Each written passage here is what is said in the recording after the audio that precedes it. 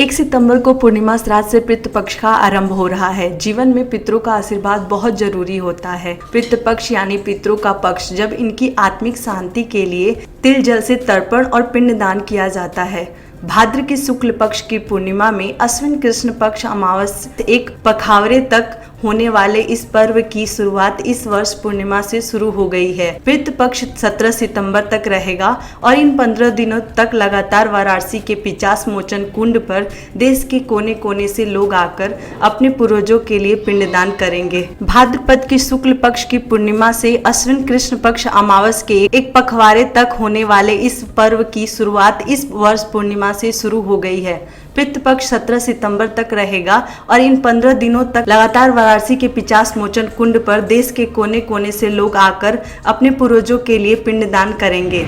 पितृपक्ष का महीना चल रहा है और लोगों की ऐसी मान्यता है कि 50 मोचन कुंड में पिंडदान करने से उनके पितृ की आत्मा को शांति मिलती है।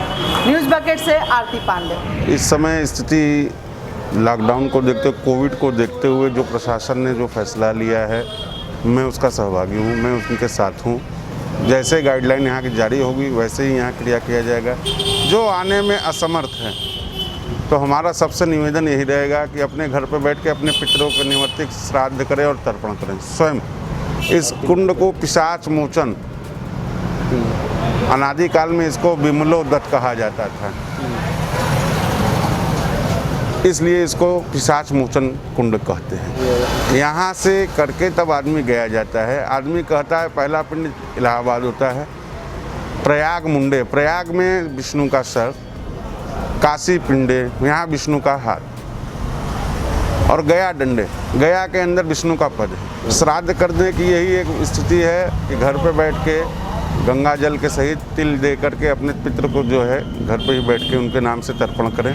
मान्यता है कि जो पूर्वज मृत्यु को प्राप्त हो चुके हैं उनको पितृ पक्ष में काला तिल और जल का दान दिया जाता है। पितृ पक्ष 15 दिनों का होता है। तिथि उधा होने की वजह से पितृकर्म तो शुरू हो चुका है। इस पखवाड़े में हर इंसान अपने पुरखों यानी पितरों की आत्मिक शांति के लिए तिल और जल से तर्पण, पिंडदान और श्राद्ध करते हैं। मोक्ष की नगरी काशी में स्थित 50 मोचन कुंड तक पितृपक्ष के दिनों अपने पूर्वजों के लिए पिंडदान किया जाता है। साथ ही में यहाँ उन मृत आत्माओं के लिए भी श्राद्ध किया जाता है जिनकी अकाल मृत्यु हुई है। एक पखवाड़े तक पितरों की तिल जल से तर्पण और पिंडदान के बाद अंतिम अमावस्या पर अनाज दक्षिणा की पोटली बांधकर दरवाजे पे रखा जाता है और पितरों से प्रस्थान करने के लिए आग्रह का आशीर्वाद मांगा जाता है। शुरू आज से शुरू हो गया, मगर लॉकडाउन से आज कम से कम 2000 यात्री बक्सर, आरा,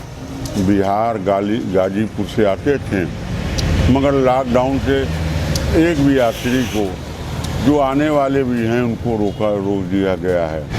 इसकी मानवता बहुत बड़ा याद गंगा। जब धरती पर गंगा जी नहीं थी उसके पहले का ये सरोवर माना जाता है। पहले इसका नाम काशी नहीं था, इसका नाम था असली आनंद वन। वो तो जब शंकर जी और गंगा मैया आए तब ये काशी बना। पिशाच नाम का एक ब्राह्मण था, प्रेत से पीड़ित था। द्वापर त्रेता युग में वो यहाँ आए, वाल्मीकि जी ने उसकी तपस्या कराएं। तपस्या से प्रेत से मुक्ति हुई। उसने तपस्या, शंकर जी, भगवान शंकर जी भी आए, विष्णु भी आए